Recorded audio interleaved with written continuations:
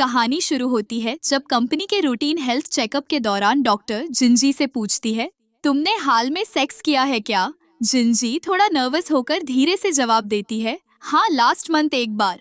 Doctor reports दिखाते हुए कहती है, तुम प्रेग्नेंट हो, तुम्हें शर्म नहीं आती? सिर्फ 19 साल की हो, ये बच्चे कैसे संभालोगी? प्रोटेक्शन यूज नहीं कर सकती थी क्या? और वो लड़का कौन था, इतना गैर जिम्मेदार? यहाँ से कहानी फ्लैशबैक में जाती है। जिंजी कॉलेज की फीस भरने के लिए एक फैक्ट्री में पार्ट टाइम जॉब कर रही होती है। एक दिन वो अपने कलीग्स को फॉर्मल ड्रेस में देखकर पूछती है, अरे तुम सब यूनिफॉर्म में क्यों नहीं हो? उसकी रूममेट बताती है, तुम्हें नहीं पता, आज कंपनी के सीईओ मिस्टर क्यूई आने वाले हैं। तभी लग्जरी मर्सिडीज में मिस्टर क्यूई एंट्री लेते हैं। उनकी एंट्री पर सब एक्साइटेड होकर उनकी तरफ बढ़ते हैं और इसी भगदड़ में जिंजी को धक्का लग जाता है। वो गलती से मिस्टर क्यूई से टकरा जाती है। सॉरी बोलकर वो वहाँ से जल्दी भाग जाती है। मिस्टर क्यूई के भाई उससे पूछते हैं, भाई वो लड़की हॉट थी, कुछ हुआ क्या? इस बीच कुछ लड़कियां मिस्टर क्यूई को इम्प्रेस करने की कोशिश करती हैं। एक कहती है, मिस्टर क्यूई देखिए मैं यंग हूँ, प्रिटी हूँ, एकदम आपके टाइप की। दूसरी बोलती है, मुझे देखिए मैं फिट हूँ, आपके बच्चे हेल्दी होंगे। मिस्टर क्यूई ये सब सुनकर बॉडीगार्ड्स को उन्हें हटाने का ऑर्डर दे देते हैं। दूसरी तरफ जिंजी अपने रूम में बैठकर लंच टाइम में ब्रेड खा रही होती है। वो सोचती है, फाइनली सैलरी आते ही मैं अपनी कॉलेज की फीस भर दूंगी। तभी उसकी रूममेट कहती है, तुम्हारी फीस के पैसे तो गए, क्या लंच तक खरीदने के पैसे भी नहीं है तुम्हारे पास? जिंजी अपना अकाउंट पासबुक चेक करती है और देखती है कि वो गायब है। वो गुस्से में पूछती है, तुम मेरी पासबुक कैसे ले सकती हो? रूममेट कहती है, मैं क्यों लूंगी, तुम्हारे डैड आए थे, वही लेकर गए।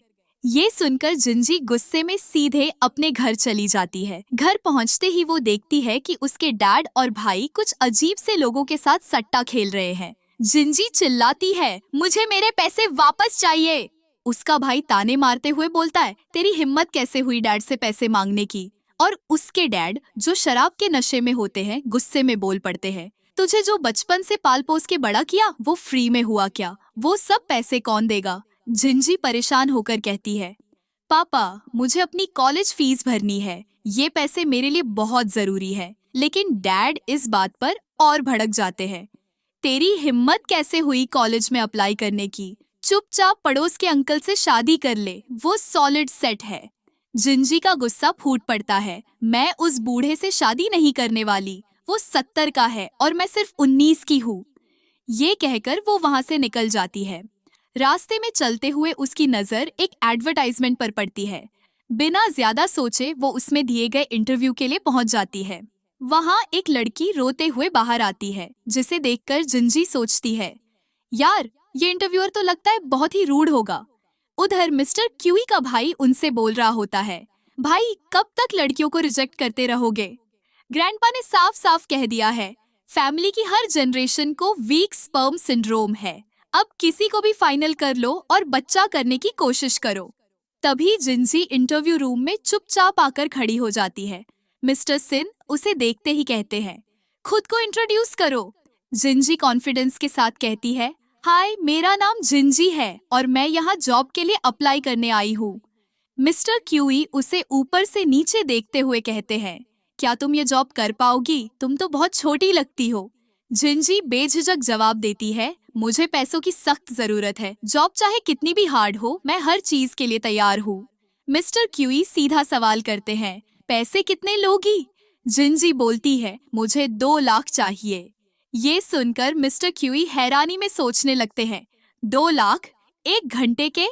उधर मिस्टर क्यूई का भाई सोचता है, भाई पहली बार किसी लड़की से इतनी देर बात कर रहा है, पक्का ये उन्हें पसंद आ गई है। और वो उनकी ड्रिंक में ड्रग्स मिला देता है। ड्रिंक पीने के बाद मिस्टर क्यूई को अजीब सा महसूस होने लगता है। उनके शरीर में गर्मी बढ़ जाती है और वो जिंजी की तरफ अजीब तरीके से बढ़ने लगते हैं। मैं 2 लाख पर आवर के लिए रेडी हूँ, वो कहते हैं और इंटीमेट होने की कोशिश करते हैं। लेकिन जिंजी पीछे हटते हुए साफ साफ कहती है, मिस्टर क्यूई आप गलत समझ रहे हैं, मैं ये नहीं कर सकती। मिस्टर क्यूई थोड़ा रुकते हैं और गुस्से में बोलते हैं, जाओ यहाँ से निकल जाओ। जिंजी वहाँ से जाने लगती है, लेकिन तभी मिस्टर क्यूई की हालत और खराब होने लगती है। उसे देखकर जिंजी का दिल पसीज जाता है और वो उनकी मदद करने का फैसला करती है। हालात ऐसे बनते हैं कि दोनों एक दूसरे के करीब आ जाते हैं और इंटीमेट हो जाते हैं। कहानी फिर से प्रेजेंट में शिफ्ट होती है, जहां डॉक्टर जिंजी को ताना मारते हुए कहती है, मुझे तो लग रहा है तुम्हें ये भी नहीं पता होगा कि इस बच्चे का फादर कौन है। जिंजी बिना कुछ कहे बाहर निकलती है तो फैक्ट्री के कलीग्स उसे घूरते हुए कहते हैं, अब समझ में आया कि तुम्हारे पास यूनिवर्सिटी एडमिशन के लिए 2 लाख कहाँ से आए। सब उस पर हंसते हैं, उसे बुली करते हैं।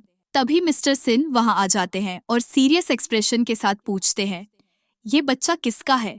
जिंजी बिना पलक झपकाए जवाब देती है, तुमसे मतलब।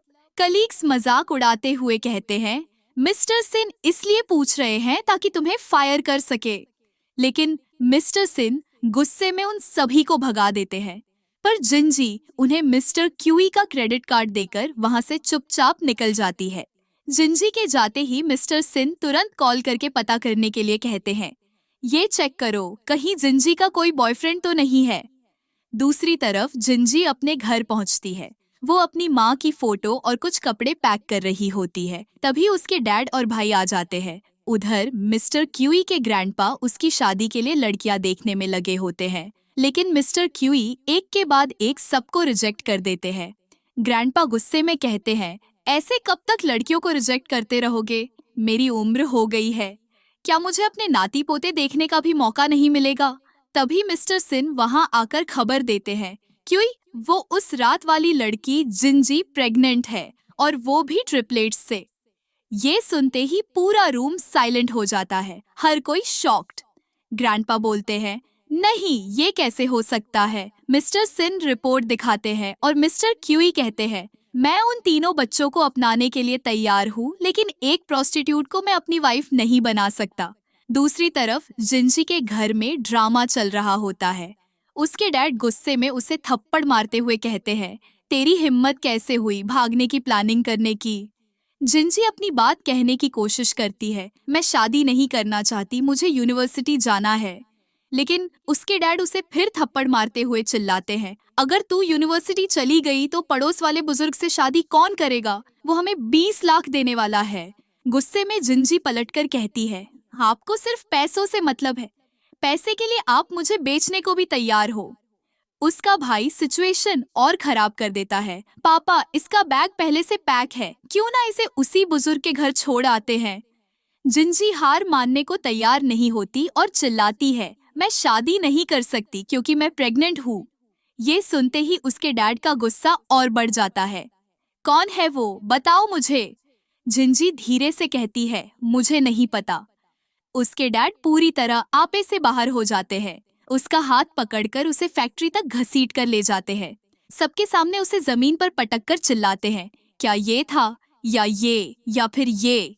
लेकिन फिर भी जिंजी नहीं बताती तो उसके फादर अपनी बेल्ट निकाल लेते हैं और उसे कहते हैं, मैं तुझे तब तक मारता रहूंगा जब तक तू उस गटर के कीड़े का नाम न बता दे। और जैसे ही उसके फादर अपनी बेल्ट से उसे मारने वाले होते हैं, जिंजी कहती है, मैं जानती हूँ उन्हें।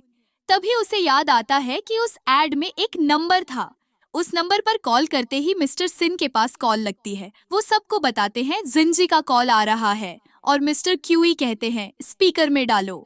और तभी उन्हें जिंजी की आवाज आती है, जो रोते हुए उनसे मदद मांग रही थी। लेकिन इससे पहले कि मिस्टर क्यूई कुछ कह पाते, मिस्टर सिन का फोन स्विच ऑफ हो जाता है। पर मिस्टर क्यूई अपने सारे गार्ड्स के साथ तुरंत ही जिंजी को बचाने निकल जाते हैं। वहीं दूसरी ओर उसके कलीग्स कहते हैं, कॉल काट दिए ना, हमें तो पहले ही पता था, भला मिस्टर क्यूई इसके बच्चों के फादर कैसे हो सकते हैं। और तभी उसके फादर एक लोहे की रॉड से उसे मारने ही वाले होते हैं कि तभी वहां मिस्टर क्यूई आ जाते हैं और कहते हैं, किसकी इतनी हिम्मत जो जिंजी को छू सके। मिस्टर क्यूई को देखकर सब एकदम शॉक में आ जाते हैं और तभी एक फैक्ट्री एम्प्लॉय कहता है, मिस्टर क्यूई ये पागल लड़की हमें बेवकूफ बना रही थी, कहती है इसके पेट में आपका बच्चा है। और उसका भाई कहता है, आप चिंता मत करो, इसे तो मैं सबक सिखाता हूँ। जिस पर मिस्टर क्यूई दोनों को एक एक थप्पड़ मारकर कहते हैं, जिंजी को छूने की दोबारा कभी सोचना भी मत। और जैसे ही मिस्टर क्यूई जिंजी को उठाते हैं, वो बेहोश हो जाती है।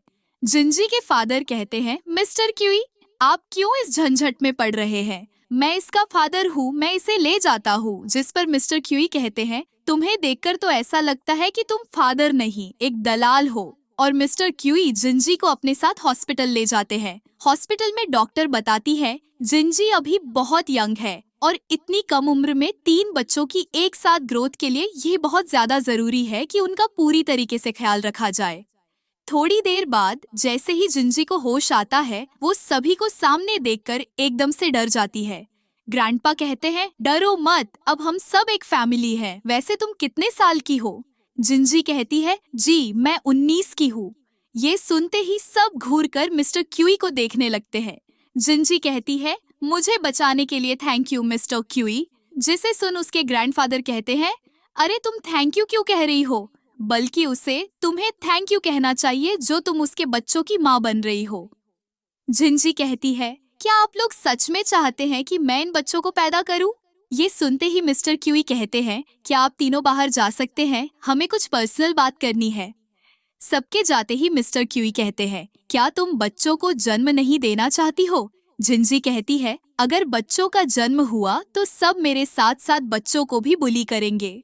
मिस्टर क्यूई कहते हैं, किसकी इतनी हिम्मत जो मेरे बच्चों को बुली कर सके?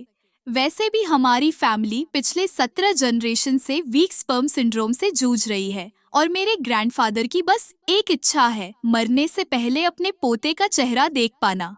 हाँ, अगर तुम्हारी कोई डिमांड हो तो तुम बता सकती हो। जिंजी कहती है, क्या सच में? मिस्टर क्यूई सोचते हैं, ये भी तो बाकी लड़कियों की तरह ही है, और कहते हैं, हाँ बताओ। जिंजी कहती है, मुझे कॉलेज जाना है। मिस्टर क्यूई सोच में पड़ जाते हैं, बस इतनी सी बात।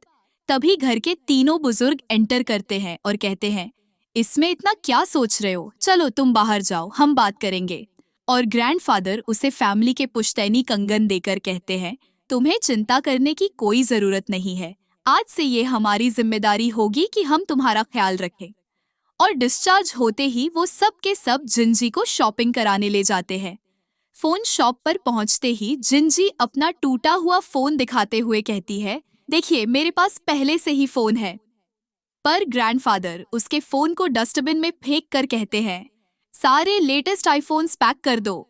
इसके बाद वो क्लोथिंग स्टोर पर जाते हैं और सारी एक्सपेंसिव ड्रेसेस ट्राई करवाते हैं, जो किसी को पसंद आती तो किसी को नहीं। और आखिर में वो सारी की सारी ड्रेसेस पैक करवा लेते हैं। पर बिल को देखकर जिंजी घबरा जाती है और बाहर आते ही मिस्टर क्यूई से कहती है, हम पहले ही बहुत ज्यादा शॉपिंग कर चुके हैं, मुझे और कुछ नहीं चाहिए। पर मिस्टर क्यूई कहते हैं, बिल की चिंता मत करो, ये पूरा मॉल ही हमारा है।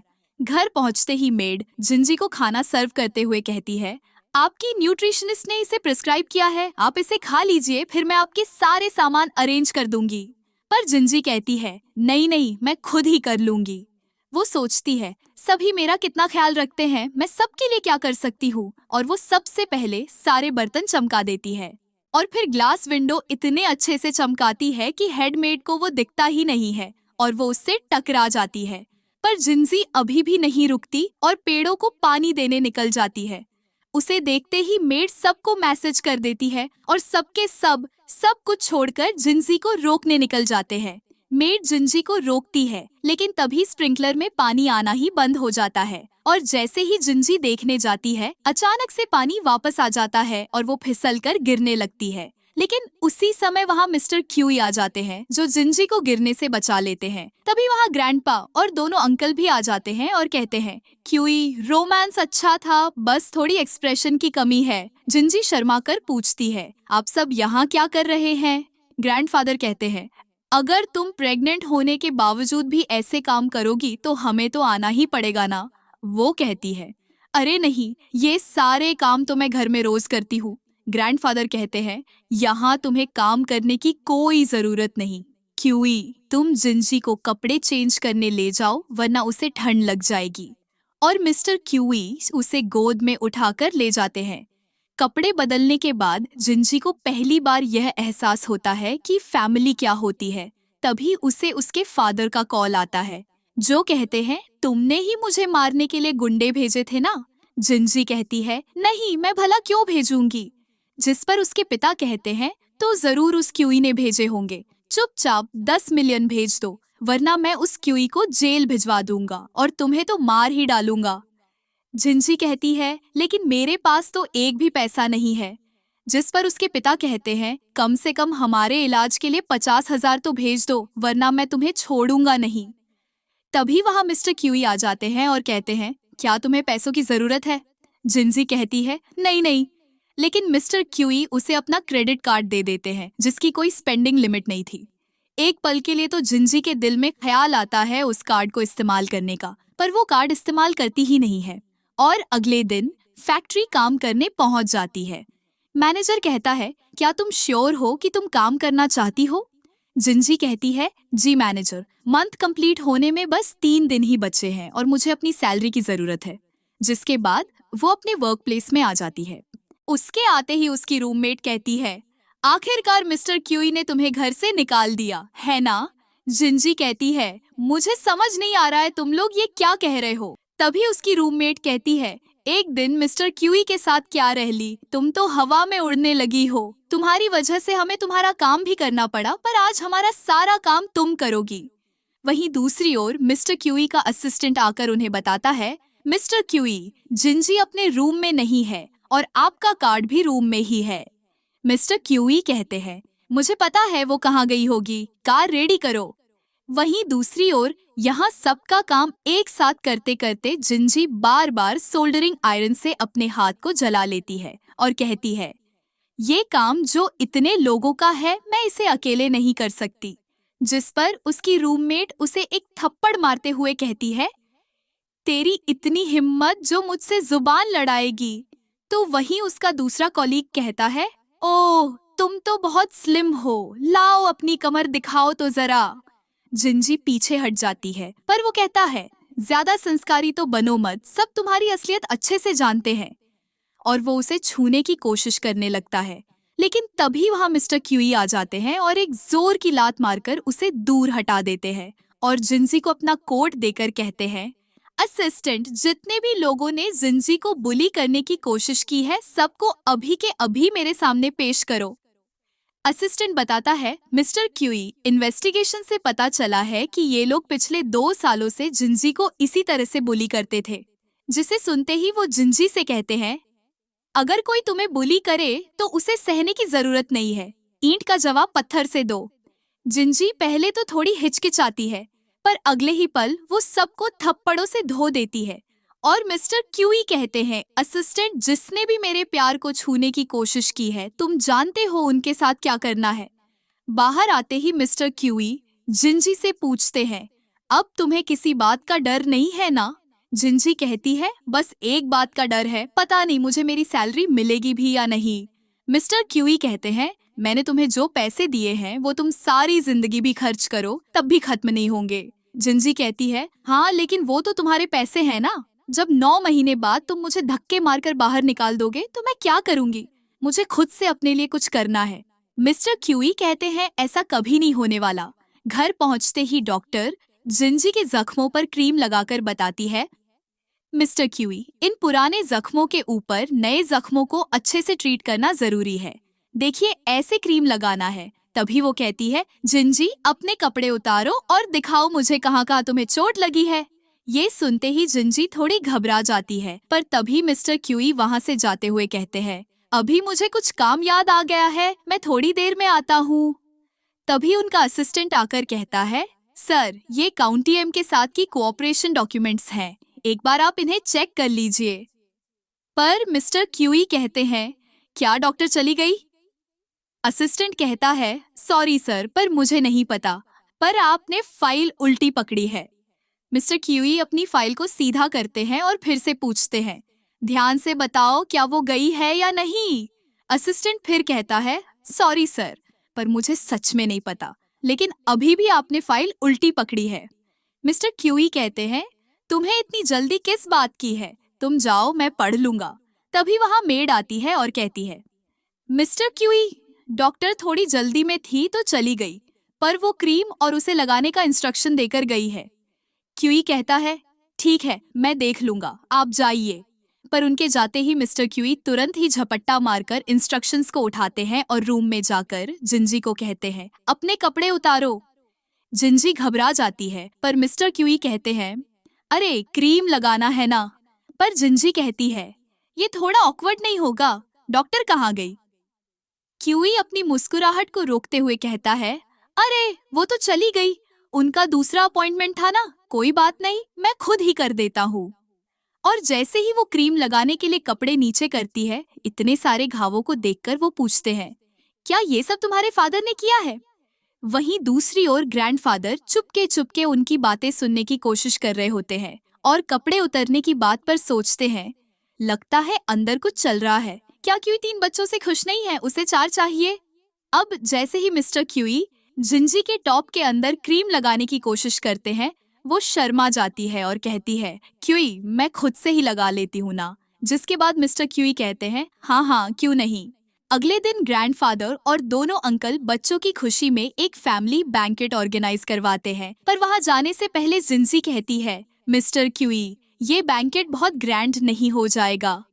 हम दोनों सिर्फ होने वाले बच्चों की वजह से साथ हैं। यूं आपके साथ पब्लिक में जाने में मुझे थोड़ा अनकंफर्टेबल लगेगा।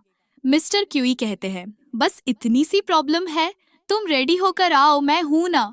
वहीं दूसरी ओर बैंक्वेट में ग्रैंडफादर अनाउंस करते हैं, आप सभी को ये जानकर बहुत ही खुशी होगी कि मैं परदादा बनने वाला हूँ, वो भी 3 बच्चों का। तभी वहाँ एक आदमी कहता है, जिया मिस्टर क्यूई की तो आपके साथ एंगेजमेंट होने वाली थी ना, फिर ये नई लड़की कौन है? वहीं बैठी एक लेडी कहती है, अरे मैंने तो सुना है वो फैक्ट्री में काम करने वाली एक आम सी लड़की है। दूसरी लेडी कहती है, अरे सभी लोग अपनी ज्वेलरी का ध्यान रखना, कहीं गायब न हो जाए। वहीं दूसरी ओर मिस्टर सिन क्यूई से कहते हैं, भाई ऐसे हम जिंजी को सबके सामने प्रेजेंट नहीं कर सकते, सब उसका मजाक बनाएंगे। लेकिन तभी जिंजी की एंट्री होती है। वो इतनी ज्यादा सुंदर दिख रही थी कि सबके सब बस उसे देखते ही रह गए और कहते हैं, अरे एक फैक्ट्री गर्ल इतनी सुंदर कैसे हो सकती है? तभी वहां मिस्टर क्यूई आकर कहते हैं, ये मेरी होने वाली वाइफ मिसेस जिंजी है। ग्रैंडफादर और दोनों अंकल कहते हैं, अरे वाह तुम दोनों की जोड़ी कितनी प्यारी लग रही है। तभी वहां बैठे सिंघुआ यूनिवर्सिटी के प्रिंसिपल को याद आता है, मैंने कहीं तो इस लड़की को देखा है। और वो तुरंत यूनिवर्सिटी प्रोफेसर को कॉल करते हैं और पूछते हैं, पिछले साल जो लड़की टॉप की थी उसका नाम क्या था? प्रोफेसर कहते हैं, वो तो मिस जिंजी थी। वो कहते हैं, अभी के अभी मुझे उस लड़की की सारी जानकारी भेजो। वहीं दूसरी ओर जिंजी डिजर्ट्स टेस्ट कर रही थी। तभी जिया मिस्टर क्यूई को हाय करती है और मिस्टर क्यूई उसे देखकर स्माइल पास करते हैं। ये देखते ही जिंजी थोड़ी उदास हो जाती है। तभी जिया जिंजी के पास आती है और उसे बताती है, मैं और क्यूई बचपन के दोस्त हैं। अभी कुछ दिन पहले ही हमारी एंगेजमेंट की बात चल रही थी। वैसे तुम बहुत यंग दिखती हो, तुम्हारी उम्र क्या होगी? जिंजी कहती है, मैं 19 की हूँ। जिस पर जिया कहती है, तब तो अभी तुम्हारा कॉलेज चल रहा होगा। वैसे तुम किस कॉलेज से अपनी स्टडीज कंप्लीट कर रही हो? जिंजी कहती है, मैं तो कॉलेज गई ही नहीं। जिस पर सब हंसने लगते हैं। जिया कहती है, मिस्टर क्यूई ऑक्सफोर्ड यूनिवर्सिटी से अपनी स्टडी किए है। ग्रैंडफादर खुद सिंघुआ यूनिवर्सिटी में प्रोफेसर थे और तुम अनपढ़, तुम्हें नहीं लगता तुम्हारी जोड़ी बहुत खराब लगेगी? तभी वहाँ मिस्टर क्यूई आ जाते हैं और जिंजी का हाथ पकड़कर कहते हैं, ये तय करने वाली तुम कौन होती हो कि मेरी वाइफ कैसी होगी? ये फैसला हम दोनों का है। तभी सिंघुआ यूनिवर्सिटी के प्रिंसिपल कहते हैं, पिछले साल के यूनिवर्सिटी एंट्रेंस एग्जाम में जो लड़की टॉप की थी वो कोई और नहीं, जिंजी ही है। और क्योंकि जिंजी एंट्रेंस एग्जाम की टॉपर थी, तो हम जिंजी को डिलेड एडमिशन लेने की परमिशन दे रहे हैं, क्योंकि हमें पूरा भरोसा है कि ये हमारी यूनिवर्सिटी का नाम जरूर गर्व से ऊंचा करेगी। जिस पर मिस्टर क्यूई कहते हैं, सुना तुम लोगों ने, जिंजी पूरी तरह से हमारी फैमिली के लिए परफेक्ट है और अगर तुमने दोबारा मेरी फियांस को बुली करने की कोशिश की तो मैं समझूंगा तुमने मेरी इंसल्ट की है। बैंकेट से आने के बाद जिंजी अपने कपड़े चेंज करने लगती है, लेकिन तभी उसकी चेन बालों में फंस जाती है और वो मिस्टर क्यूई के रूम में आकर उनसे मदद मांगती है। वो उन्हें शावर लेते देख लेती है, लेकिन तभी मिस्टर क्यूई वैसे ही शावर से बाहर आ जाते हैं। वो जिंजी को एकदम सीधा खड़ा करके बड़े प्यार से उसकी चेन ठीक करते हैं। जिंजी जल्दी जल्दी वहाँ से बाहर जाने लगती है, लेकिन तभी उसका पैर फिसल जाता है और वो मिस्टर क्यूई के साथ बाथटब में गिर जाती है। दोनों के होंठ बहुत करीब आ जाते हैं। मिस्टर क्यूई जिंजी को बस किस करने ही वाले थे कि तभी जिंजी सॉरी बोलकर वहाँ से भाग जाती है। वहीं दूसरी ओर जैसे ही जिंजी के फादर को अखबार के जरिए ये पता चलता है कि वो मिस्टर क्यूई की फियांस है, वो गुस्से में उसे कॉल करके कहते हैं, चुड़ैल, तू पिछले 19 सालों से हमारा नमक खा रही है और अब हमसे ही नमक हरामी कर रही है। हम कल ही तेरे घर आ रहे हैं उस रिच मिस्टर क्यूई से मिलने। पर अगले दिन जैसे ही वो क्यूई फैमिली रेजिडेंस में एंटर करने की कोशिश करते हैं, वहाँ गार्ड्स आ जाते हैं और कहते हैं, आपको क्यूई फैमिली रेजिडेंस के 300 मीटर के दायरे में एंटर करने की परमिशन नहीं है, और गार्ड्स उन्हें वहाँ से भगा देते हैं। वहीं दूसरी ओर जिंजी मिस्टर क्यूई से कह रही होती है, आपको खुद मुझे ड्रॉप करने की जरूरत नहीं, मैं बस में चली जाऊंगी। पर मिस्टर क्यूई कहते हैं, कौन कह रहा है मैं तुम्हें ड्रॉप करने जा रहा हूँ? मैं तो अपने तीनों बच्चों को ड्रॉप करने जा रहा था। सिंघवा यूनिवर्सिटी पहुँचते ही जिंजी थोड़ा एक्साइटेड फील करने लगती है। कार रुकने से पहले ही उसने डोर ओपन करना शुरू कर दिया, पर मिस्टर क्यूई ने हाथ पकड़कर रोक दिया। दोनों एक पल के लिए करीब आ जाते हैं और जिंजी के जाते ही मिस्टर क्यूई कहते हैं, बहुत गर्मी है, थोड़ा एसी तेज करना। तो यूनिवर्सिटी में एंटर करते ही जिंजी को उसके ग्रैंडफादर, बॉडीगार्ड्स और सर्वेंट्स मिल जाते हैं। ग्रैंडफादर ने हमेशा की तरह ओवर पैम्परिंग शुरू कर दी। कैंटीन का खाना मत खाना, हेल्दी नहीं होता। लंच में जो खाना ले जा रही हो वो ठंडा हो जाएगा, इसलिए तुम्हारे लिए ये पर्सनल शेफ है, तुम्हें तुरंत गरम गरम खाना बना देगा। साथ में मेड भी बोल पड़ी, आपका बैकपैक बहुत हेवी है, लाइए मैं कैरी कर लूंगी। तभी क्यूई आ गया और बोला, बॉडीगार्ड्स और सर्वेंट्स को यूनिवर्सिटी मैनेजमेंट अलाउ नहीं करेगा। बैग मुझे दे दो, मैं तुम्हें क्लास तक छोड़ देता हूँ। क्लास में पहुंचते ही जिंजी ने खुद को इंट्रोड्यूस किया और पूरे फोकस के साथ पढ़ाई शुरू कर दी। लेकिन दूर मिस सिया और उसकी फ्रेंड चुपचाप उसे गॉसिप का टॉपिक बना चुकी थी। क्लास खत्म होने पर सामने बैठी लड़की ने पूछा, वो कौन थे जो तुम्हें ड्रॉप करने आए थे, और क्या तुम्हारे पास सच में इतनी महंगी कार्स है? इससे पहले जिंजी कुछ कह पाती, दूसरा लड़का बोल पड़ा, जिंजी, क्या तुम मुझे अपनी इंस्टा आईडी दे सकती हो? तभी उसे याद आया कि ग्रैंडफादर की नॉट टू डू लिस्ट में ये भी लिखा था, लड़कों को दोस्त मत बनाना। तभी मिस जिया की फ्रेंड आ गई और सीधा ताना मारते हुए बोली, तुम्हें जांग फैमिली के बारे में नहीं पता क्या? इसके डैड पूरे शहर में पियक्कड़ के नाम से फेमस है और भाई सट्टेबाज के नाम से। जिंजी ने कूल रहते हुए कहा, ये मेरा फैमिली मैटर है, तुम्हें इसमें दखल देने की जरूरत नहीं है, और उठकर सीधे कैफेटेरिया चली गई। कैफेटेरिया में भी कुछ लोगों ने उसे घूरना शुरू कर दिया। उनमें से एक लड़के ने कहा, ये लड़की कॉलेज उस रिच ओल्ड मैन के पैसे से कर रही है जिसका बच्चा इसके पेट में है। सामने बैठी दूसरी लड़की ने और मसाला डालते हुए कहा, मैंने तो सुना है इसने उस आदमी के लिए अपने डैड को भी छोड़ दिया। ये सुनते ही जिंजी को क्यूई की बात याद आ गई। वो खुद को रोक नहीं पाई और उन लोगों को जवाब देने खड़ी हो गई। तभी उस लड़के ने अपने ग्रुप को बोला, चलो इस गोल्ड डिगर से दूर चलते हैं। पास बैठी टाइक्वांडो स्टूडेंट ये सब सुन रही थी। उसने गुस्से में उन लोगों को घूरते हुए कहा, तुम्हारी हिम्मत कैसे हुई किसी लड़की को बुली करने की? अगर दोबारा ऐसा किया तो मुंह तोड़ दूंगी। जिंजी ने हल्के से मुस्कुराते हुए कहा, थैंक्स, वहीं जा। और उसकी चमची भी बैठी थी। वो कहती है, अब तो इसे कोई कुछ भी नहीं कह सकता।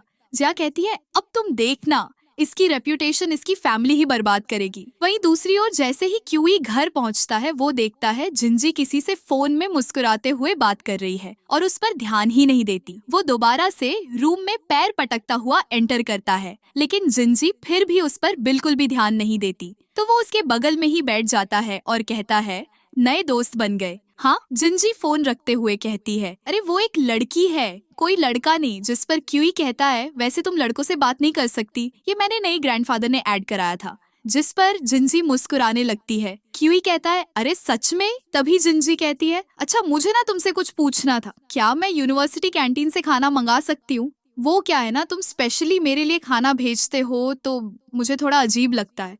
और हाँ, एक और बात थी, क्या मैं खुद से यूनिवर्सिटी जा सकती हूँ? मिस्टर क्यूई कहते हैं, अच्छा तो तुम हमारी रिलेशनशिप को पब्लिक नहीं लाना चाहती। जिंजी कहती है, अगर तुम एग्री करो तो। मिस्टर क्यूई कहते हैं, ठीक है मैं तुम्हें ड्रॉप करने नहीं आऊंगा, पर तुम कैंटीन का खाना नहीं खाओगी, वो बच्चों के लिए हेल्दी नहीं होगा।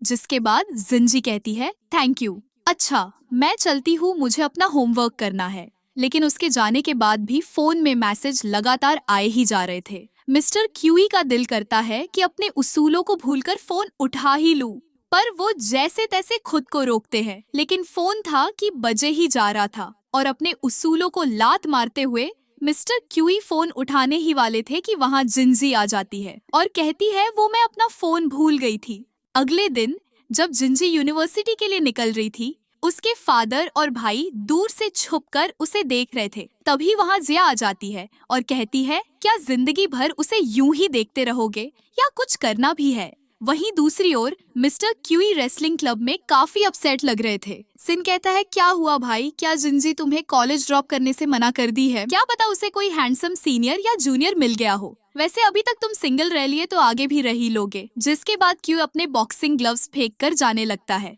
सिन कहता है रोने जा रहे हो क्या? जिस पर क्यूई कहता है सिंगहुआ यूनिवर्सिटी में मुझे स्पीच के लिए इनवाइट किया गया है, वहीं जा रहा हूँ।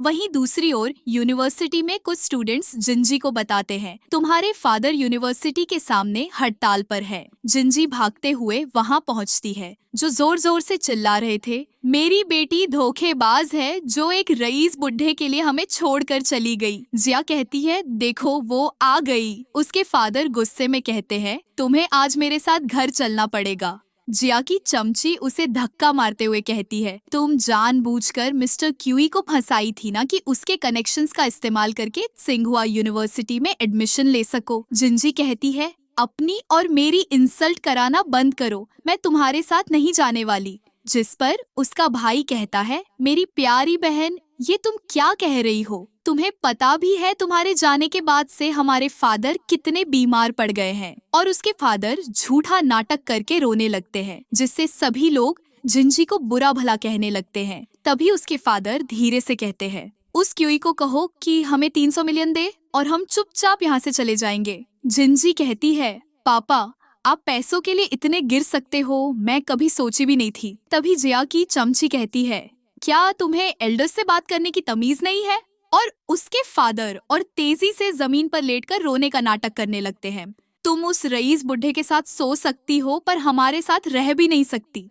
अब सभी लोग उसे कहने लगते हैं हाँ बोलो तुम क्यों उस बुढ़े मिस्टर क्यूई के साथ सोई? पैसों की वजह से या वजह कोई और थी? बोलो बोलो ना। जिंजी कहती है मिस्टर क्यूई बहुत अच्छे इंसान हैं, तुम लोग ऐसे किसी को कुछ भी नहीं कह सकते। तभी वहाँ खड़ी वो लड़की कहती है कौन है वो रिच बुढ़ा जिसकी तुम इतनी साइड ले रही हो? तभी वहाँ मिस्टर क्यूई आ जाते हैं और कहते हैं मैं ही वो हूँ जिसके बारे में तुम बातें कर रहे हो। जिंजी उसे हक करती है। तभी वहाँ खड़ा उसका क्लासमेट बोल पड़ता है जिंजी तुम इस अंकल के साथ कैसे रह सकती हो? तभी क्यूई का भाई मिस्टर सिन एक जोरदार झापड़ रसीद देता है उस लड़के को और बोलता है तुमसे किसी ने एडवाइस मांगी? नहीं ना, तो चुप रहो। तभी प्रिंसिपल आकर कहते हैं तुम सबके सब मेरे ऑफिस में रिपोर्ट करो, क्लास अटेंड करने की जगह यहाँ बकवास कर रहे हो, अभी मैं तुम्हें सस्पेंड करता हूँ। फिर जिंजी के पापा क्यूई से कहते हैं मिस्टर क्यूई मैं तो आराम से जिंजी की शादी तुमसे कराने को रेडी था, बस हमारी फैमिली में एक रूल है डावरी का, अगर आप 300 से 400 मिलियन दे दे तो मैं खुशी खुशी एक्सेप्ट कर लूंगा। क्यूई स्माइल करते हुए बोलते हैं आप बस 3 कदम पीछे होइए, मैं अभी के अभी आपको करोड़ों का गिफ्ट देता हूँ। जैसे ही वो 3 कदम पीछे हटते हैं क्यूई अपने गार्ड्स को इशारा करते हैं मारो इन्हें, और बॉडीगार्ड्स उन लोगों को इतनी जोर से पीटते हैं कि उनकी सारी अकड़ गायब हो जाती है। क्यूई जिंजी की तरफ देखकर पूछते हैं तुम्हें कोई दिक्कत तो नहीं है ना? जिंजी हल्की सी मुस्कुराते हुए बोलती है ये लोग मेरे फैमिली नहीं है, तुम जो भी करो I am totally fine with that. QE guards को इंस्ट्रक्शंस देते हैं अब से ये लोग हमारे घर के 300 मीटर रेडियस में नहीं आने चाहिए, एक्चुअली 1000 किलोमीटर तक भी नहीं, जब तक कि जिंजी खुद इन्हें बुलाना ना चाहे। इसके बाद क्यूई और जिंजी घर के लिए निकल जाते हैं। कार में जिंजी थोड़ी इमोशनल हो जाती है। क्यूई उसे देखते हुए कहते हैं तुम थोड़ा नैप ले लो, आराम हो जाएगा। नींद में जिंजी क्यूई के शोल्डर पर सिर रख लेती है और पीसफुली सो जाती है। घर पहुंचने पर जब जिंजी की आंख खुलती है तो वो क्यूई को देखकर चौंक कर बोलती है अरे तुम यहाँ क्या कर रहे हो? क्यूई बड़े कैजुअल तरीके से कहते हैं यह मेरा ही रूम है, ग्रैंडफादर बोले थे कि तुम्हारे ऊपर बुरा साया है तो मैंने तुम्हें अपने रूम में ले आया। जिंजी सार्कास्टिकली पूछती है आप कब से इन सब बातों पर बिलीव करने लगे? वो उठकर जाने लगती है लेकिन क्यूई उसका हाथ पकड़कर उसे गोद में उठा लेते हैं। फिर बड़े रोमांटिक अंदाज में उसकी कमर पर हाथ फेरते हुए सॉफ्टली बोलते हैं, तुम्हारे पेट में जो बच्चा है उसके लिए तुम्हारा अकेले सोना सेफ नहीं है। जिंजी घबरा कर जल्दी से ब्लैंकेट के अंदर घुस जाती है। क्यूई उसकी तरफ देखकर मुस्कुराते हुए कहते हैं, चिंता मत करो, मैं नींद में तुम्हारा फायदा नहीं उठाऊंगा। अगले दिन क्यूई अपने भाई सिन के साथ बॉक्सिंग प्रैक्टिस करने पहुंचते हैं। सिन टीजिंगली बोलता है, तुमने फिर मुझे बॉक्सिंग के लिए बुला लिया। वैसे मुझे तो लगता है पिछले 7 दिनों से तुम जिंजी के साथ सोए भी नहीं हो। वैसे इसमें कोई बुरा मानने वाली बात है भी नहीं। आखिर तुम्हारे जैसे रात के बासी खाने को कौन खाएगा जब यूनिवर्सिटी में उसे फ्रेश मीट मिल रहा हो। यह सुनते ही क्यूई गुस्से में आकर उसे एक जोर का मुक्का मार देता है। सिन, जो हमेशा मस्त रहता है, हंसते हुए बोलता है, अरे चिल भाई, इतना सीरियस मत हो। एक काम करो, यूनिवर्सिटी जाओ और थोड़ा रोमांटिक बनो। उससे जाकर थोड़ी बातें करो, सब ठीक हो जाएगा। उधर यूनिवर्सिटी में जैसे ही जिंजी अपनी क्लासरूम में एंटर करती है, वो देखती है कि उसके क्लासमेट्स ने बोर्ड पर उसके बारे में उल्टा सीधा लिख रखा है। ये देखकर जिंजी का दिमाग खराब हो जाता है, लेकिन उसकी नई फ्रेंड मौके पर धमाकेदार एंट्री मारती है। वो सबको डांट लगाती है और उनसे बोर्ड साफ करवाती है। तभी जिंजी को वॉमिटिंग जैसा फील होता है। उसकी फ्रेंड उसे घूरते हुए बोलती है, अरे तुमने तो इतने लूज कपड़े पहने हैं, फिर ये वॉमिटिंग क्यों? कहीं तुम? जिंजी थोड़ा शर्माते हुए कहती है, तुम सही सोच रही हो, वो भी ट्रिपल्स। और दोनों हंसते हुए बैठकर बातें करने लगते हैं। तभी मिस्टर क्यूई भी वहाँ पहुँच जाते हैं। सिन फिर से मस्ती भरे मूड में बोलता है, जाओ एक अच्छे बॉयफ्रेंड की तरह यूनिवर्सिटी में उसका ख्याल रखो। इधर जिंजी की फ्रेंड उसकी टांग खींचते हुए पूछती है, वैसे उस रात का एक्सपीरियंस कैसा था? अब मिस्टर क्यूई और सिन दोनों बड़े ध्यान से सुनने लगते हैं, लेकिन जिंजी बड़े कूल अंदाज में कहती है, मुझे कुछ खास याद नहीं। उसकी फ्रेंड शरारती अंदाज में कहती है, वैसे अभी उसका वो किसी काम का है ना, और अगर नहीं है तो हमें कोई और खोजना पड़ेगा। ये सुनते ही सिन का जूस गले में ही अटक जाता है और जिंजी शर्माकर वहाँ से भाग जाती है। पर मिस्टर क्यूई उसे रोकने के लिए उसके पीछे भागते हैं और उसे पकड़कर दीवार के पास लॉक कर देते हैं। फिर वो हल्के से मुस्कुराते हुए कहते हैं, मुझसे भाग रही थी हाँ? जिंजी थोड़ी घबराई सी बोलती है, सॉरी, हमारा वो मतलब नहीं था। क्यूई उसकी तरफ देखते हुए कहते हैं, कोई बात नहीं, लेकिन तुम्हें इसकी कीमत चुकानी पड़ेगी। और बिना कुछ बोले वो उसे एक डीप किस कर देते हैं। जिंजी तुरंत संभलते हुए कहती है, मुझे वॉशरूम जाना है, और वहाँ से तेजी से भाग जाती है। उसी समय शिया और उसकी चमची ये सब देख रही होती है। शिया गुस्से में फुल चार्ज होकर वॉशरूम पहुँच जाती है। जिंजी उसे देखकर कहती है, ओ मिस शिया, क्या कोइंसिडेंस है? शिया घूरते हुए कहती है, ये कोई कोइंसिडेंस नहीं है, मैं तुम्हें ढूंढते हुए यहाँ आई हूँ। फिर वो ताना मारते हुए बोलती है, तुम्हें पता है मेरी और मिस्टर क्यूई की एंगेजमेंट होने वाली थी, पर तुम बीच में आकर सब कुछ खराब कर गई, और इसमें कोई गलत भी नहीं है। सबको पता है क्यूई फैमिली पिछले 17 पीढ़ियों से वीक स्पर्म सिंड्रोम से परेशान है, और जब तुम्हारे पेट में उनके 3-3 बच्चे हैं तो वो तुम्हें इज्जत तो डेफिनेटली देंगे, पर सोचो क्या होगा जब 9 महीने बाद बच्चे पैदा हो जाएंगे। उस समय तुम उनकी किसी काम की नहीं रहोगी और वो तुम्हें धक्के मारकर परिवार से बाहर फेंक देंगे। जिंजी गुस्से में कहती है, तुम मुझसे आखिर चाहती क्या हो? जिस पर शिया सीधे पॉइंट पर आते हुए कहती है, इस चेक में 30 मिलियन है जो मैं तुम्हें अभी के अभी दे दूंगी, अगर तुम ये शहर छोड़कर हमेशा के लिए चली जाओ। वैसे भी तुम्हारे पास जो क्यूई फैमिली का कार्ड है, क्या पता वो उसे कब ब्लॉक करवा दे, तो अच्छा यही होगा कि अपने बच्चों को लेकर तुम यहाँ से चली जाओ। जिंजी थोड़ा सोचकर कहती है, ठीक है, मैं जाने को तैयार हूँ, और चेक लेकर वहाँ से चली जाती है। वहीं दूसरी ओर मिस्टर क्यूई जिंजी को हर जगह खोज रहे होते हैं। तभी उन्हें शिया दिखती है। वो उससे पूछते हैं, तुमने जिंजी को देखा है क्या? शिया दिखावटी हैरानी के साथ कहती है, क्या वो गायब हो गई है? मिस्टर क्यूई गुस्से में कहते हैं, ऐसे प्रिटेंड करना बंद करो कि तुम्हें कुछ पता ही नहीं। सच बताओ, वो कहाँ है? शिया ठंडी सांस लेते हुए कहती है, तुम्हारी सो कॉल्ड होने वाली वाइफ तो गोल्ड डिगर निकली। मैंने उसे 30 मिलियन दी और वो भाग गई। क्यूई नाराज होकर कहते हैं, तुमने ऐसा क्यों किया? शिया जवाब देती है, क्योंकि ऐसी धोखेबाज लड़की तुम्हें डिजर्व नहीं करती। तुम्हें याद है बचपन से हम साथ खेले, साथ बड़े हुए। हमारी एंगेजमेंट से मैं कितनी खुश थी, लेकिन तुम उस लड़की के लिए मुझसे सगाई तोड़ दिए, पूरे शहर के सामने मेरी इंसल्ट की। दैट्स वाई मैंने ऐसा किया। क्यूई गुस्से में कहते हैं, क्या तुम्हें लगता है जो तुमने किया वो सही है? शिया कहती है, मैं मानती हूँ कि मैंने जो किया वो सही नहीं था, पर जिंजी ने पैसे लेकर ये साबित कर दिया कि वो तुम्हारे लायक नहीं है। तभी मिस्टर क्यूई कहते हैं, जिंजी सब अच्छे से रिकॉर्ड कर लिया ना? जिंजी छुप कर सब सुन रही होती है और मुस्कुराते हुए कहती है, परफेक्टली। शिया चौंक कर कहती है, तुम अब तक गई नहीं। जिंजी फोन मिस्टर क्यूई को देती है और उनका हाथ पकड़ लेती है। असल में वो चेक पहले ही मिस्टर क्यूई को दिखा चुकी थी। क्यूई उसे देखकर कहते हैं, क्या तुम मुझे खरीदने की कोशिश कर रही हो? जिंजी हंसते हुए कहती है, क्या तुम इतने पैसों में बिक सकते हो? जिस पर मिस्टर क्यूई उसके हेड पर एक किस करते हुए कहते हैं, मैं हमेशा तुम्हारे लिए तुम्हारे साथ रहूंगा। जिसके बाद वो क्यूई को सब बताती है कि ये पैसे शिया के हैं। ये सुनते ही वो चेक फाड़कर फेंक देता है।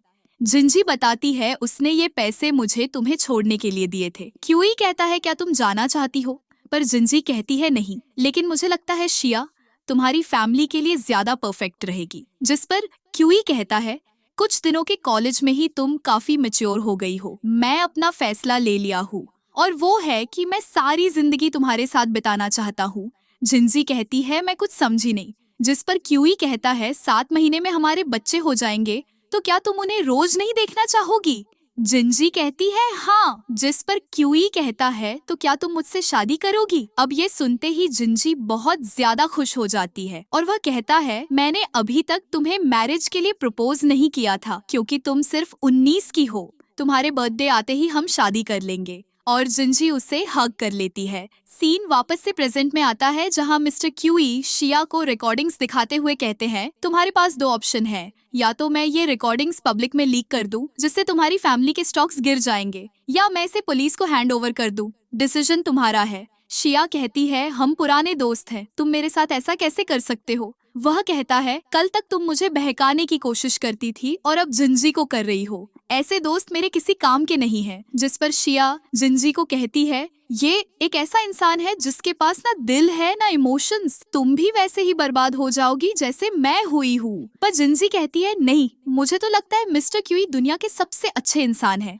और फिर वो दोनों वहाँ से चले जाते हैं और जैसे ही जिंजी 20 की कंप्लीट होती है, दोनों शादी कर लेते हैं। पर घर आते ही जब सभी जिंजी का बर्थडे सेलिब्रेट कर रहे थे, अचानक से उसे पेन होना शुरू हो जाता है और वो जल्दी से हॉस्पिटल की ओर निकल जाते हैं। हॉस्पिटल पहुंचते ही जिंजी को डिलीवरी रूम में ले जाया जाता है। वहीं बाहर सब खड़े हुए इंतजार कर रहे थे। ग्रैंडफादर कहते हैं, ये 10 मिनट 1 घंटे जैसे क्यों लग रहे हैं? अंकल कहते हैं, मैं तो बस ये चाहता हूँ कि मॉम और बच्चा दोनों सही सलामत बाहर आ जाए। जैसे जैसे टाइम बीतता है, डर और ज्यादा बढ़ता जाता है। ग्रैंडफादर क्यूई से कहते हैं, ये डिलीवरी बहुत कॉम्प्लिकेटेड होगी, लेकिन कुछ भी हो तुम्हें हिम्मत रखनी होगी। क्यूई कहता है, जी ग्रैंडफादर। और तभी वहाँ नर्स आ जाती है और कहती है, और इंतजार करने की जरूरत नहीं, आपको एक बच्चा हुआ है। जिसे देख सब बहुत ही खुश हो जाते हैं। थोड़ी देर बाद नर्स दोबारा से आती है, बधाई हो, एक और बच्चा हुआ है। जिसे देख सब कहते हैं, अच्छा है, अच्छा है। तभी ग्रैंडफादर कहते हैं, तुम्हें क्या लगता है आखिरी बच्चा लड़का होगा या लड़की? एक अंकल कहते हैं, ये भी जरूर एक लड़का होगा। तो दूसरे कहते हैं, नहीं नहीं, ये तो बेटी ही होगी। क्यूई कहता है, क्या फर्क पड़ता है बेटा हो या बेटी, बस जिंजी ठीक हो। सभी लोग कहते हैं, हाँ हाँ सही कहा। तभी नर्स फिर से बाहर आती है और कहती है, बधाई हो, आपको तीसरा लड़का हुआ है। जिसे देखकर सब चौंक जाते हैं। थोड़ी देर बाद ग्रैंडफादर और दोनों अंकल एक एक बच्चे को खिलाने लगते हैं और मिस्टर क्यूई उसे सूप पिला रहे होते हैं। जिंजी कहती है, ग्रैंडफादर और दोनों अंकल बच्चों को संभालने में कितने एक्सपर्ट हैं। क्यूई कहता है, हाँ वो तो है। और इसी के साथ ये प्यारी सी स्टोरी एंड होती है। मिलते हैं अगली वीडियो में एक और ऑसम एक्सप्लेनेशन के साथ, और तब तक के लिए bye bye and love you all.